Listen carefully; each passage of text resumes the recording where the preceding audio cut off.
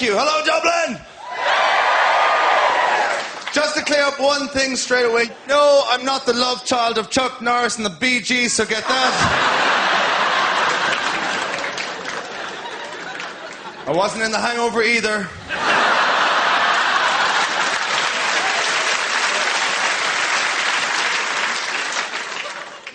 What's nice for me is I travel a lot over to England. I gig a lot in England. It's wonderful being an Irish comedian over in England because English women love Irish men. We are worshipped over there. We are worshipped.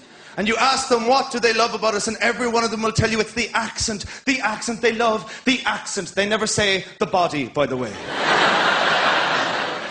I have yet to hear one woman going, ooh, I love the pale white pasty skin.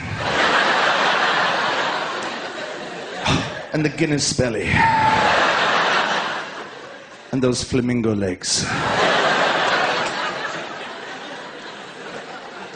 I mean, I can empathise. You can. I mean, Irish men, we're not the finest of physical specimens. So we have to rely on the accent. And the charm. No matter what you say about Irish men, we're always very, very charming. Or at least initially, we're charming. And then drink becomes involved. I can't help but feel that if Irish men didn't drink, we'd be Italian.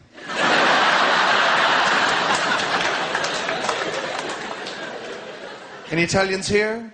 No, they're all having sex somewhere. Do you see that?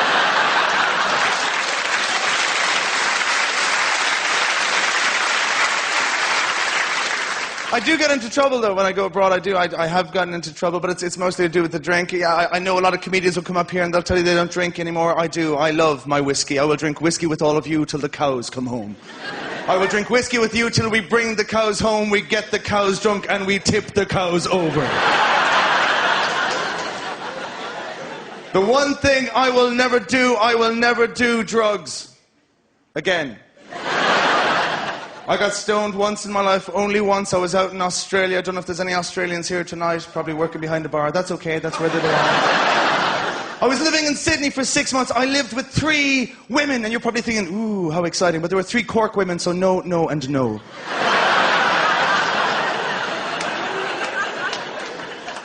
And people ask me, what did I learn about living with 3 women? I learned a lot of things. I learned about sharing my space with a woman. I learned about how many times in a day I could possibly be wrong. And I learned the meaning of a word I'd never heard of before, synchronization.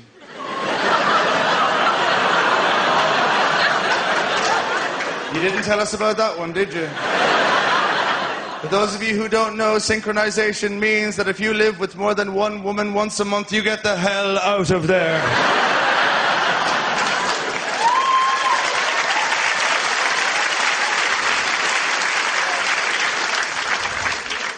I mean, even in the countries where the Irish are loved, I get into trouble. I was over in America. There's no greater place in the world to gig if you're an Irish comedian. There are 55 million Americans claim to be Irish. We only sent them 3 million.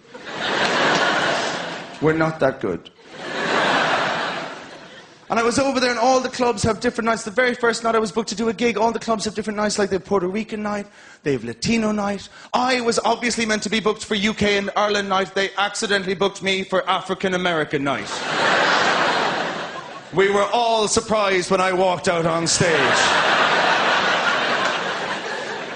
I spent 10 minutes pretending I was an albino. It's all I could think of. Eventually, when I started speaking to the crowd, I said, you know what, when I grew up in Ireland, I didn't have any black friends. It's not because I was racist in any way. It's simply when God set out his ice cream stall of the world, Ireland was the vanilla. That's all we were. God didn't want us to have any outside influence that may have led to jazz or hip-hop or any sort of rhythm whatsoever. I think most people have figured out that Irish people don't even dance. We just stand in the same place till we get really angry at the floor. That's all we do. We just stand there till eventually we're just like, I hate the floor, I hate the floor.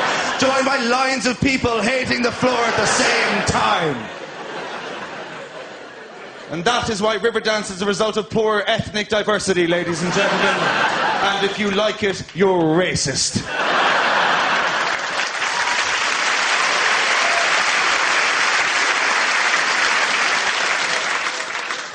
I flew in last night for this show. I was so excited. A few friends said, let's, go out and let's have a few drinks. Let's get the hairy fella drunk and see what happens. And this was last night, and I know they got me drunk because I was in the corner of the bar that we were at thinking that I was being dark and mysterious. When in fact, I was asleep. And I woke up this morning, we'd gone drinking somewhere in Dublin. I couldn't tell you where. The only way I could retrace my steps was by going through the drink receipts I found in my wallet. I swear to you, I took them out. I was like, whiskey, whiskey, whiskey, whiskey and white wine. I pulled.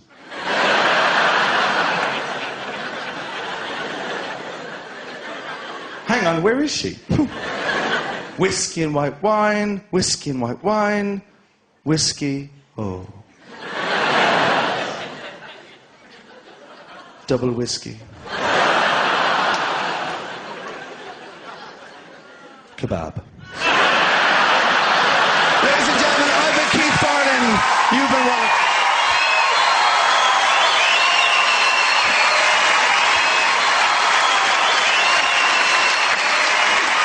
Welcome. Brilliant stuff. Fantastic. Keith Farnan, ladies and gentlemen, we love Keith Farnan. Marvellous. Brilliant.